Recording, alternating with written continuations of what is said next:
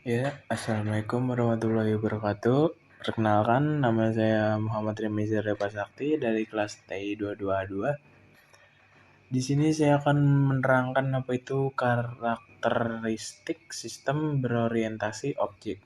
Yang pertama itu karakteristik sistem berorientasi objek itu adalah sistem berorientasi objek dan atau memiliki beberapa karakteristik yang membedakan dari paradigma metode analisis sistem lainnya. Yang pertama itu adalah pemrograman berbasis objek, ekskapsulasi, inheritance atau pewaris, polimorfisme, abstraksi, kelas objek, messaging, keamanan. Karakteristik ini bekerja dalam beberapa bersama-sama untuk menciptakan pendekatan pemrograman yang kuat, modular, dan mudah dimengerti, yang memungkinkan pengembangan sistem yang kompleks dan scalable. Yang pertama itu adalah pemrograman berbasis objek. Pemrograman berbasis objek adalah paradigma pemrograman yang menggunakan konsep objek sebagai unit dasar untuk membangun sebuah program. Dalam situ adalah yang pertama ada objek. Objek adalah instansi konkret dari sebuah kelas. Objek memiliki atribut yang menyimpan data dan metode yang mendefinisikan perilaku objek tersebut. Ada juga kelas. Kelas adalah blueprint atau template untuk menciptakan objek. Kelas mendefinisikan atribut dan metode yang dimiliki oleh objek yang dibuat dari kelas tersebut. Yang ketiga itu adalah enkapsulasi. Enkapsulasi itu adalah konsep yang dapat membangun data dan metode yang bekerja pada data ke dalam satu unit tunggal yang disebut objek. Yang keempat itu adalah pewaris atau inheritance. Pewaris adalah konsep yang dimana sebuah kelas baru dalam kelas turunan atau subclass dapat mewarisi atribut dan metode dari kelas yang sudah ada. Ada juga polimorfisme. Polimorfisme adalah konsep di mana objek dari kelas yang berbeda dapat merespon dengan cara yang berbeda terhadap metode yang sama. Yang kedua itu adalah enkapsulasi. Enkapsulasi itu adalah salah satu konsep utama dalam pemrograman berorientasi. Objek yang membangun data atribut dan metode yang beroperasi pada data ke dalam satu unit tunggal yang disebut objek. Yang pertama itu adalah data dan metode, yang kedua adalah privat dan public, yang ketiga adalah keuntungan enkapsulasi. Keuntungan itunya adalah yang pertama itu adalah pengendalian akses, penyembunyian detail, peningkatan keamanan. Contoh enkapsulasi itu misalkan kita memiliki sebuah mobil dengan atribut kecepatan yang dideklarasi sebagai privat. Kita bisa memilih metode maju dan mundur yang memanipulasi atribut kecepatan secara internal. Yang ketiga itu adalah inheritance atau pewaris.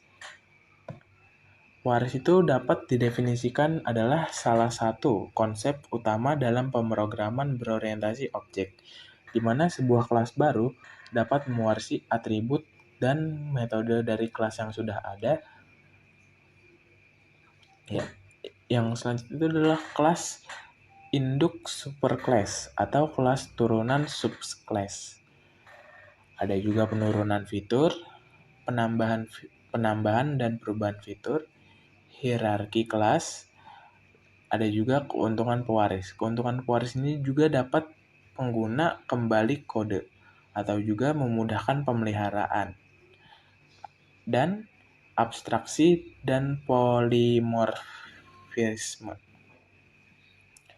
Ya, ada polimorfisme itu adalah konsep dalam pemrograman berorientasi objek di mana objek dari kelas yang berbeda dapat menunjukkan perilaku yang berbeda tergantung pada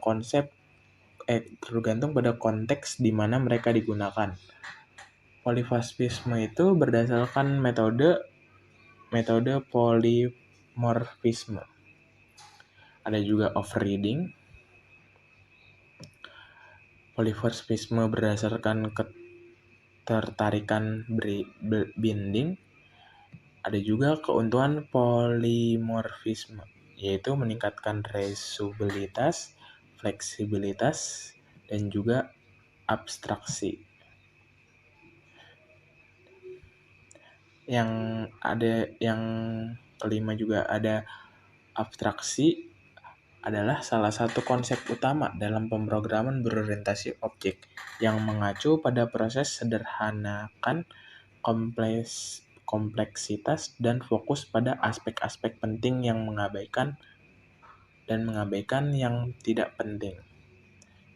Contohnya itu adalah kelas abstrak, metode abstrak, pembuatan antarmuka, dan juga pengurangan kompleksitas dan penggunaan dan implementasi. Ya, yang terakhir itu adalah yang keenam, kelas dan objek. Dalam pemrograman berorientasi objek, kelas dan objek adalah dua konsep dasar yang membentuk fondasi dari paradigma tersebut. Contohnya seperti kelas, pengertiannya, strukturnya, dan juga contohnya.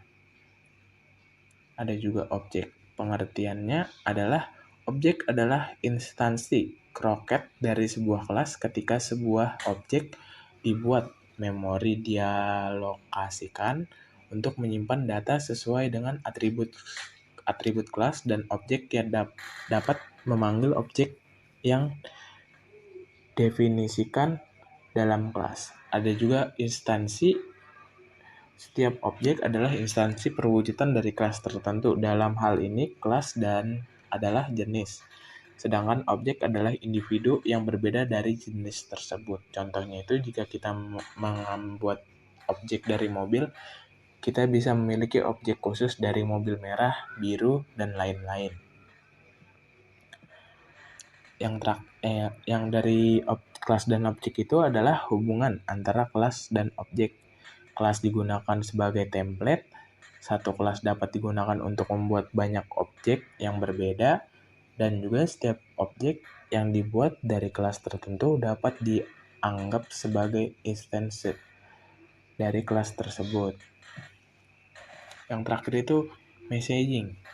Messaging adalah salah satu konsep kunci dalam pemrograman berorientasi objek yang digunakan untuk berkomunikasi antara objek dalam sistem.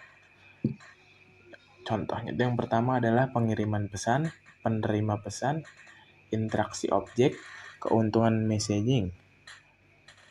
Keuntungannya itu adalah isolasi dan enkapsulasi, modularitas.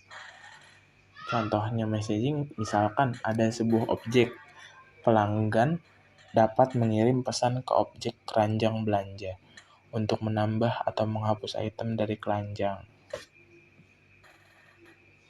Yang terakhir itu keamanan.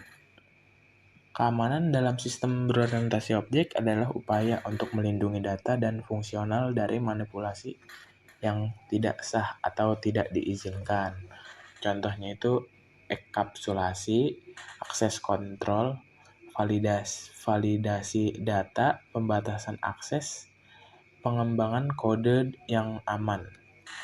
Ya, sepertinya cukup itu saja yang dapat saya sampaikan. Kurang lebihnya mohon maaf. Assalamualaikum warahmatullahi wabarakatuh.